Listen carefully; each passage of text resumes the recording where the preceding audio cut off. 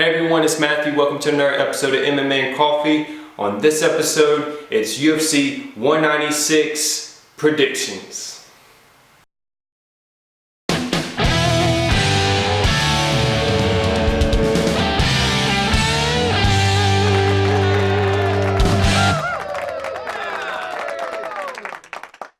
The first fight I want to talk about is Holly Holm versus Miesha Tate for the women's belt. So this fight is very interesting. I think styles make fights. I think you can't look at this as do MMA math where it's like, well, you know, Ronda beat Miesha and Holly beat Ronda, so Holly should beat Miesha. No. I don't think you can do that in this fight. I think really stylistically, Holly was just a nightmare matchup for Ronda. I think in this fight, Miesha has a way better chance of beating Holly than Ronda does. If we go back to the Holly versus Ronda fight, if Ronda couldn't take her down, she didn't have a plan B. So, and we saw that. She had no answer if things didn't go her way. She didn't have a plan B. In this fight, before, and what's crazy is if you look at fights Holly had before Ronda, she didn't look so good. And she was going against more well-rounded fighters. So I think Miesha has a much better chance of beating Holly than Ronda does. And Miesha doesn't go for just one kind of takedown. She has multiple ways of taking her opponent down. And she was able to take Sarah McMahon down, who's an Olympic wrestler. So Miesha is not a slouch on the ground either. With that said, Holly's still going to have a huge advantage on the feet. If Miesha can't take it to the ground, it's going to be a rough night for her.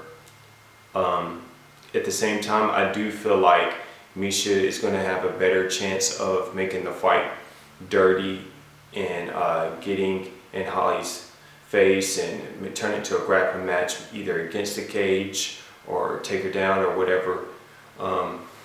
But predictions going into this fight, I think Holly still wins. If you looked at it, Holly was way stronger than Ronda.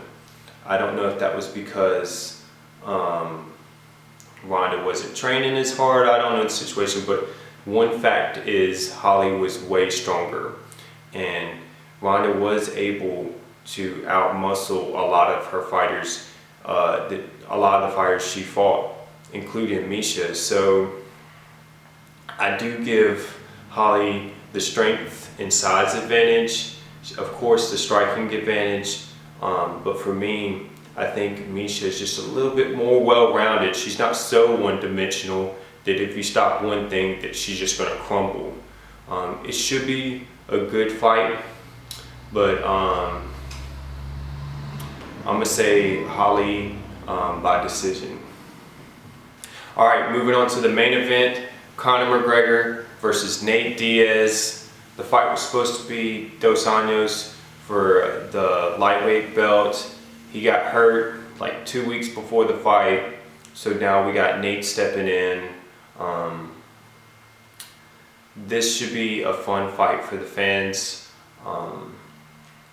It's one of those situations I've seen where people complaining about who was stepping in and whatever, but the fact is fans paid to see Conor and they're still getting the scene. So in this fight, advantages, I give Nate a huge advantage on the ground. The problem is he going to go in there and pull guard or try to take Conor down? I don't think so. I think he's going to sit there and try to box with him. If he does that, I don't see it lasting very long. And the reason why I say that is because Nate just boxes. So Conor, all he has to worry about is Nate's hands. With Conor, he mixes it up. He throws kicks, along with his combinations in his hands, he has great head movement. He's not going to be like Michael Johnson, just standing straight in front of Nate and getting picked apart. He's going to be moving out of the way. He's also a counter fighter, so if Nate comes at him, he's going to counter him. And yeah, I just don't see Nate winning this fight on the feet, because anytime he's fought top fighters that are well-rounded in the striking, that mix it up, that kick. You look at Ben Henderson, Dos Anjos. Cowboy could have beaten him if he kicked more, but the fact is all he does is punch.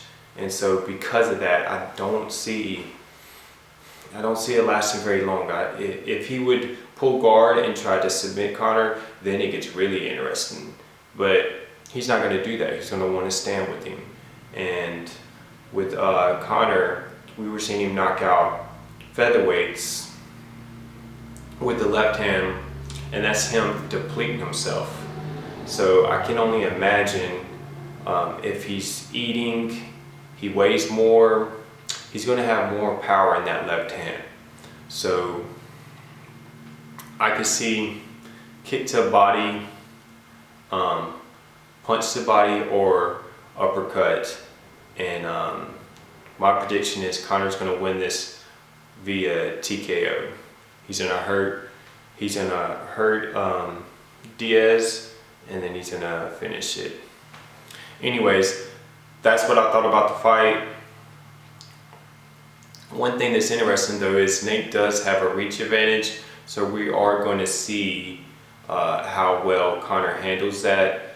I will say everyone he fought in featherweight, he had a size and reach advantage. The closest person to his size was Poirier.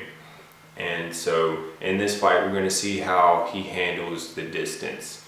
But for the most part, he should be able to pick Nate apart by the fact that he mixes it up so well. He doesn't just do one attack, and he doesn't just stand straight in front of you. He moves out the way, he counters. So I'm gonna give it to Conor. What do you guys think? Let me know in the comments below. Like, dislike, whatever. See you next time.